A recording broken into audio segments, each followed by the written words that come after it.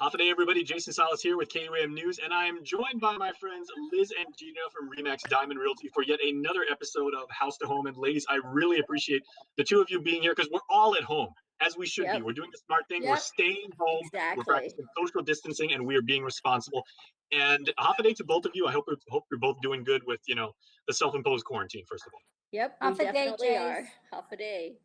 Okay, now one thing I wanted to bring the both of you in because it's of endless fascination to me is this whole concept of loan or rent payments and possibly even mortgages, right, being deferred.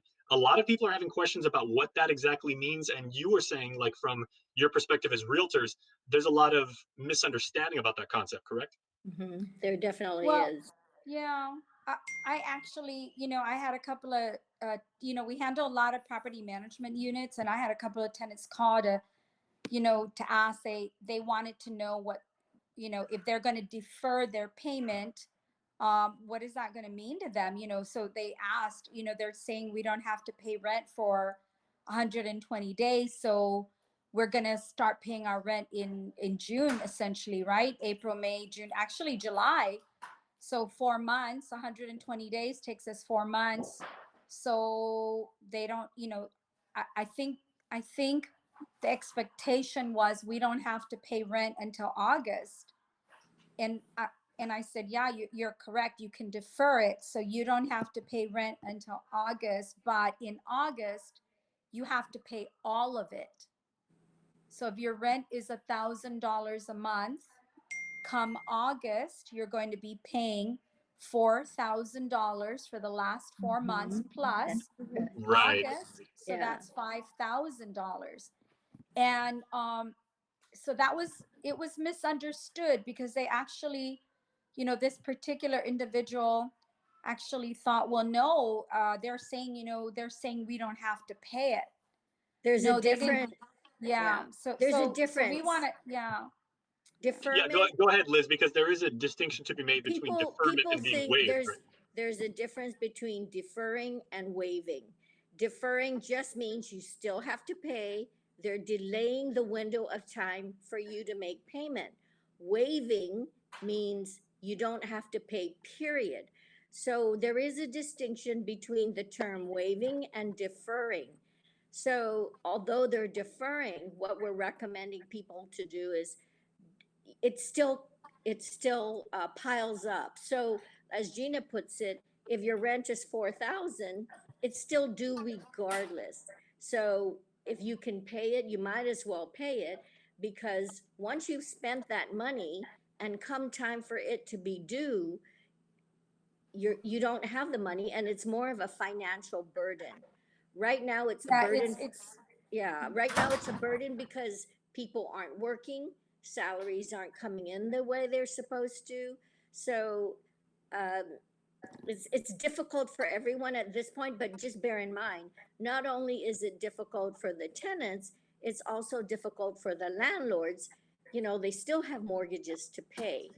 Now, the governor did do an executive order 2020-7 that reflects that there is a moratorium on eviction. So if you don't pay your rent, you can't be evicted during this window of time. She also did a moratorium on foreclosures. But again, going back to the deferment, um, pay it if you can, but just know it is due. It will be due. Okay, now Gina, I'd like to wrap with you on this final question. And is this, the banks obviously are being very gracious, and they're allowing some leeway with their deferments. lenders. Yeah, but this is Yeah, this is deferment. bank specific, right? Some banks may say it's 90 days, other banks may say it's 120 days. So you have to check with your lender, correct? You need to check with your lender. I think the guidelines that came out also had some wording in there on the mortgages, but check with each lender. And I would say right now, while we're all home, check with your lender now. Don't wait until you figure out that the tenants are not going to pay their rents. If you're a landlord who has your property as a rental unit, don't wait for that to happen before you let your bank know that you're not going to make the payment. Just go ahead and apply for it now. If you don't need it, great. And if you do, you've already applied.